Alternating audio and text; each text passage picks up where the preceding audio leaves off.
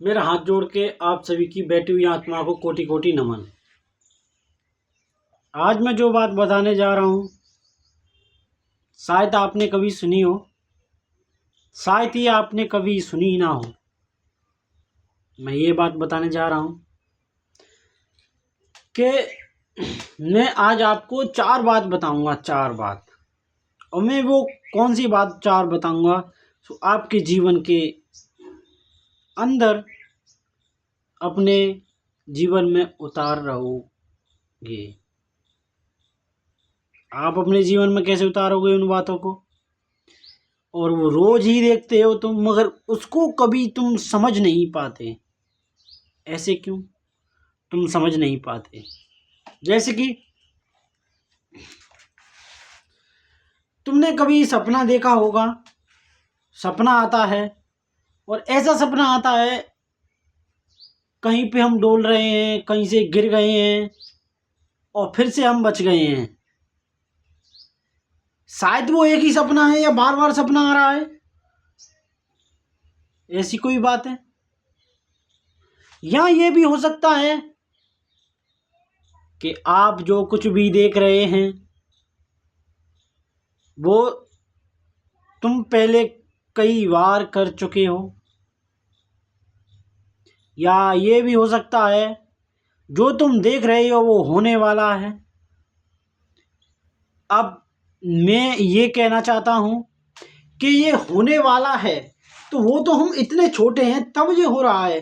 अब हम अधिक बड़े होंगे, एक दिन बीतने के बाद दूसरा दिन कभी नहीं आता, एक तारीख करने के बाद वो दूसरी तारीख कभी नहीं आती। तो ऐसे ही मैं बताता हूँ, एक बार जो कुछ भी हो गया वो उसके कभी वापस नहीं आएगा। जब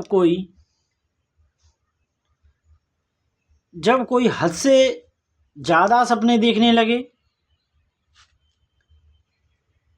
तो उसके मन में ऐसा विचार आएगा जैसे कभी नहीं आया हो। जब कभी ना आया हो तो उसे क्या सोचना, क्या लिखना, क्या बोलना। जैसे कि मैं छोटी सी और घटना बता दूं जो मैंने अपने कानों से सुनी और मैंने अपनी आंखों से और अपने हाथों से मुख के साथ पढ़ी। ऐसी घटना बताऊंगा। जैसे कि एक गांव था, वहां पर कच्चे मकान बने होते थे। एक दिन एक माता के लड़के को सांप ने काट लिया। जब सांप ने काट लिया और उसकी सांस बंद हो गई, जब सांस बंद हो गई तो लोग वाग ने समझा कि उसकी मृत्यु हो गई है। ना बागी को बुलाया, ना सांप वाले को, ना डॉक्टर को, कुछ नहीं बुलाया। बस गांव के लोगों ने कहा ये खत्म हो गया और वो गाड़ दिया। और मैं ये कहना चाहता हूँ, आदमी मरने के बाद उसका माइंड 7 मिनट तक जिंदा रहता है। मरने के बाद 21 सेकंड तक उसकी बॉडी जिंदा रहती है। वो अपनी बात 21 मिनट तक सुन सकता है, पहचान सकता है, मगर कुछ कह नहीं सकता, कुछ अपना शरीर का अंग हिला नहीं सकता।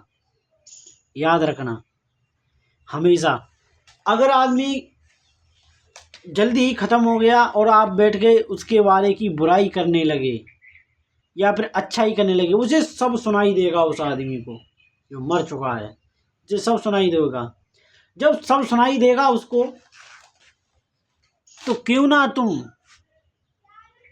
उसकी अच्छाई करें, क्यों ना तुम उन्हें बचाने की कोशिश करें। वो 7 या 21 मिनट तक जीवित है, बस वो चल नहीं सकता, उठ नहीं सकता, देख नहीं सकता। अब पहुंचते हैं फिर से उस कहानी की तरफ। जैसे ही वो गांव वाले ले गए उसे गाड़ने के लिए, वो गाड़ दिया। मगर माँ का दिल देखिए, माँ का दिल आज भी उस बेटे के लिए धड़क रहा है और बार बार अपने बेटे को पुकार रही है। दिन हो गए 21, बेटे ने सपना दिया माँ को कि माँ मैं अभी जिंदा हूँ, मुझे निकाल ले यहाँ से। माँ मैं अभी जिंदा हूँ, निकाल ले मुझे। फिर क्या कहने लगा कि माँ मैं अभी जिंदा हूँ, मुझे निकाल ले। लोग बाग ने, जब माँ ने लोग बागों से कहा कि ऐसे ऐसे मेरा बेटा मुझे सपना देता है, लोग बाग ने कहा ये तेरी माँ की ममता है, इसीलिए वो तुझे सपना देता है ना, हमें क्यों नहीं देता। अब लोग बाग माँ को पागल बताने लगे कि बेटे के गम में पागल हो गई है। जब दूसरे दिन उसके पिताजी को सपना आया, पिताजी ने भी कहा गांव वालों से कि ऐसे ऐसे मेरा बेटा कह रहा था मुझे बचा लो, मैं जिंदा हूँ, आज निकाल लो। अब वो कहने लगे तुम पति पत्नी दोनों पागल हो गए हो अपने बेटे के प्यार में, इसीलिए तुम्हें सपने आ रहे हैं। अब वो गैल चलते ही किसी की गैल घेर लेता,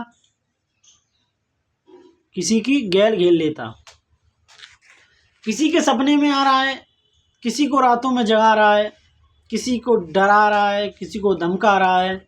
ऐसे ही सपने सब लोगों को आते थे। और ये सपने आ क्यों रहे हैं ये शायद आपने नहीं सोचा। ये सपने इसके कारण आ रहे हैं, जब वो लड़का की मृत्यु हो चुकी थी, जब उस लड़के ने कहा था मैं अभी मरा नहीं, मुझे बस खाली सांप ने काटा है, मुझे डॉक्टर या वैद्य या फिर ऋषि मुनि से दिखा दो तो शायद मेरी जान बच जाए।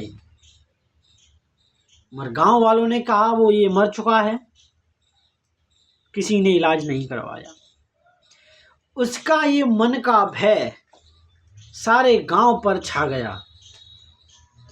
ये मन का भय उसके माँ के दिमाग में बैठ गया, ये मन का भय उसके पिता के मन में बैठ गया।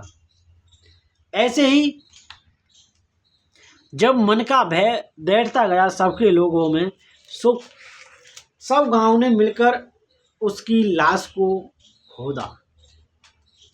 जैसे ही लाश को खोदा, अब तुम्हें पता है 21 दिन एक मनुष्य की लाश को बहुत दिन हो गए, 21 दिन और 4-5 दिन और ऐसे ही एक दूसरे को बाद सपने आते थे माँ को, ऐसे बढ़ गए। जब वो खोदा गया तो बदबू आने लगी, वो सड़ चुका था। वो हालांकि जीवित था, बस वो उठ नहीं सकता था। अगर उसका इलाज किया जा सकता तो शायद वो जीवित हो सकता था, मगर गांव वालों की राह से वो घर जा गया।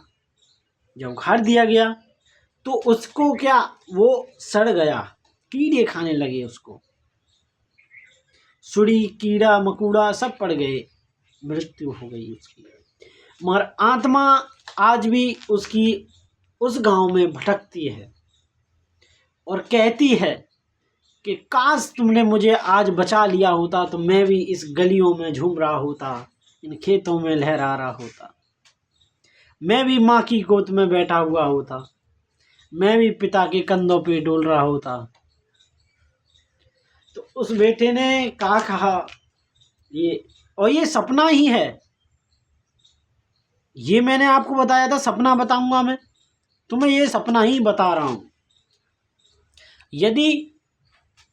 यदि आप सपना देखते हैं तो उसे अच्छी तरह से सोचें कि सपना क्या आया था, क्या नहीं आया था। उसे एक एक बात को सोचें, निचोड़ निचोड़ कर सोचें। कभी कभी सपने आते हैं आपको अपने मन में, कभी लड़की के सपने देखने लगते हैं, कभी लड़कों के सपने देखने लगते हैं, कभी अजीब अजीब विचार के सपने आने लगते हैं और हम उस सपने में फील लेने करते हैं, अपने आप को गलत तरीक़ा से फील करते हैं। वो नहीं करनी चाहिए, हमेशा वो सोचनी चाहिए शायद ये मेरे लिए गलत आ रही है या सही आ रही है। मैं कभी कभी अपने सपनों में खुद से बात करने लगता हूँ,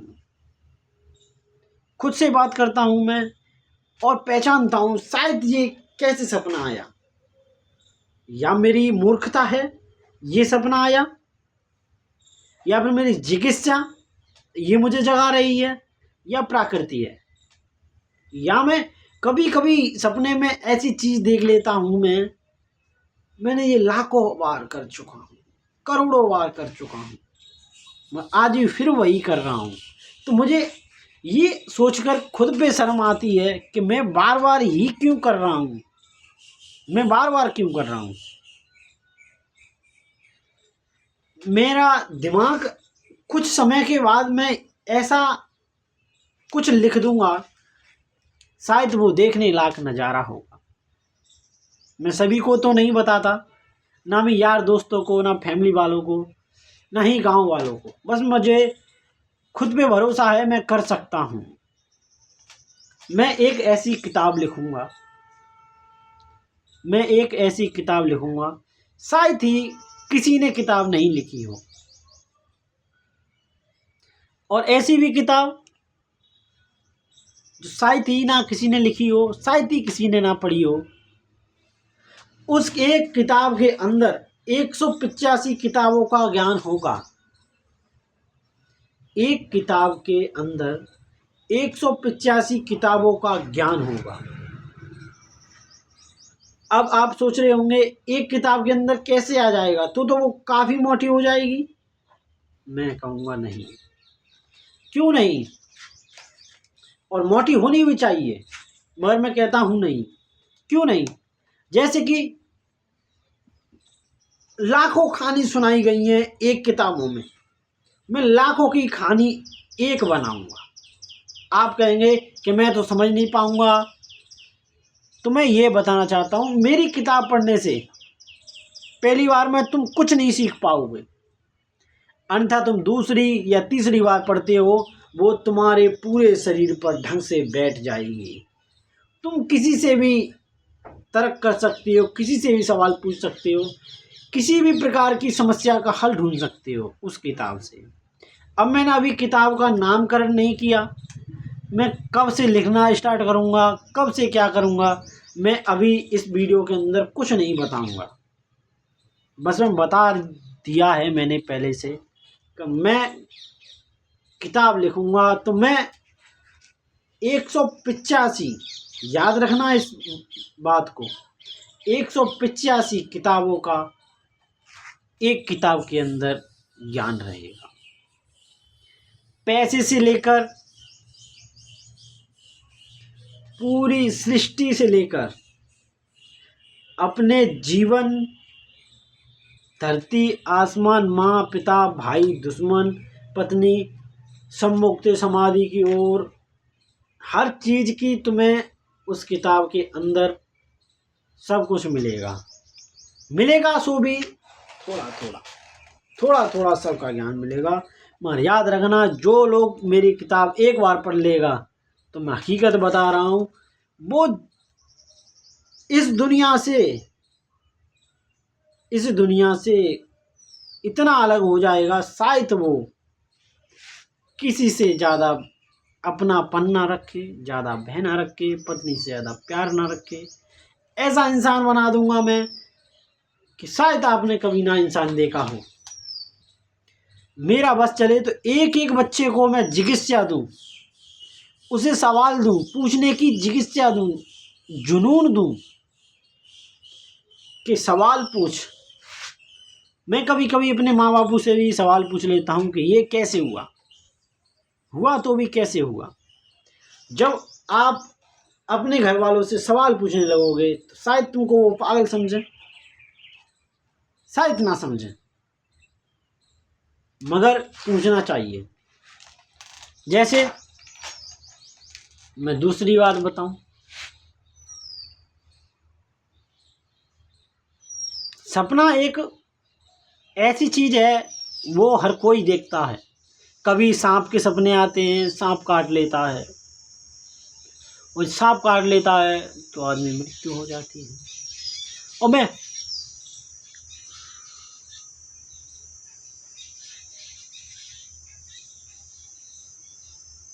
असल में यही कहना चाहता हूँ कि सांप, बिच्छू, कांटर, जो कुछ भी है,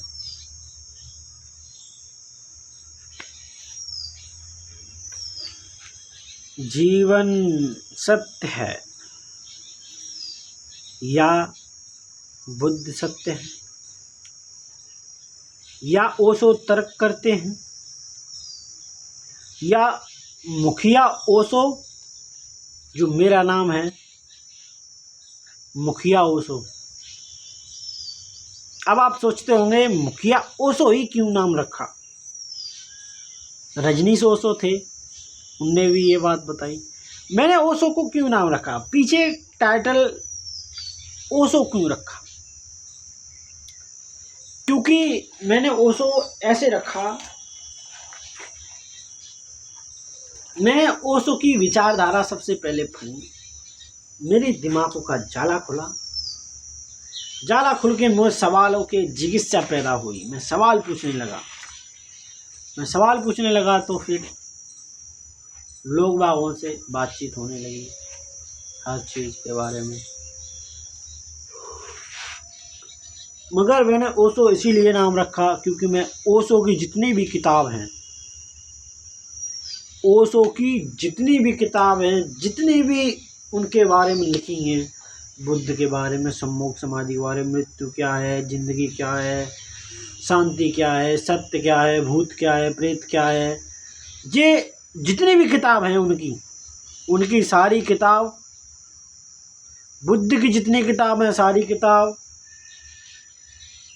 भगत सिंह कौन थे, चंद्रशेखर कौन थे, डॉक्टर भीमराव अम्बेडकर, सावित्रीबाई फूले, ये सब महान व्यक्ति, जितनी भी किताबें हैं, लाखों करोड़ों किताब, मैंने आपको 185 किताब बताई थी पॉपुलर, यो हद से ज़्यादा पॉपुलर, मगर मैं लाखों किताब की बात करता हूँ।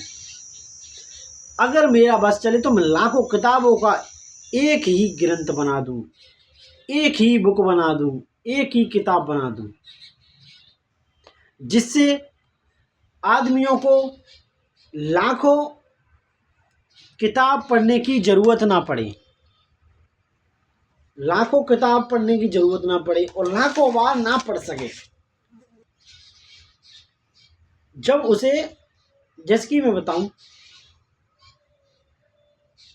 एक आदमी आता है मजदूरी करने के लिए, उसे मिलते हैं 500 रुपये एक दिन के।